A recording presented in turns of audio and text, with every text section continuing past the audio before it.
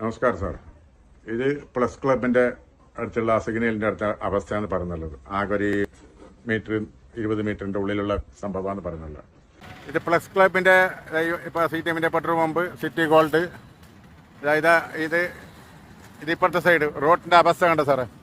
ഇതെല്ലാം വല്ലാത്ത ബുദ്ധിമുട്ടല്ലേ. ഇവിടെ പൂണിട്ടിപ്പോ 2-3 കുട്ടികളെ പൂണറിയോ? ബൈക്കിൽ നിന്ന് 2-3 കുട്ടികളെ പൂണ്. ഈ ടൗൺ ഏരിയയിൽ ഈ ട്രാഫിക്കുള്ള ജാഗയിലെല്ലാം നിങ്ങൾ ഈ റോഡിനെ ശരിയാക്കില്ല. അതായത് ഈ കുട്ടിൻ്റെതാ ചോര വായിന്ന് വരുന്നതാ, ചോര വായി നേടുന്ന പോണതാ ഈ കുയ്യാണിതാ.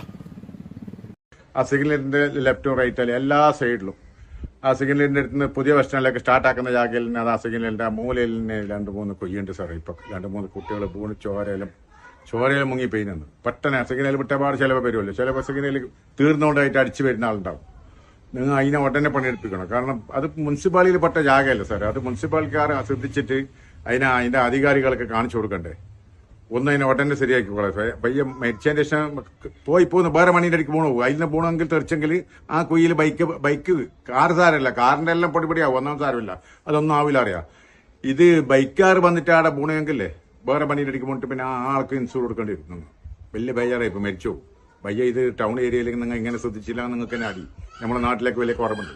ഓക്കെ, അതിനെ ഉടനെ ഈ റോഡിനെ ശരിയാക്കണം. ഇന്ന് ഞായറാഴ്ചയാണ്. എത്രാം തീയതി? ഇന്ന് 20-ാം തീയതി. Okay sir, thank you.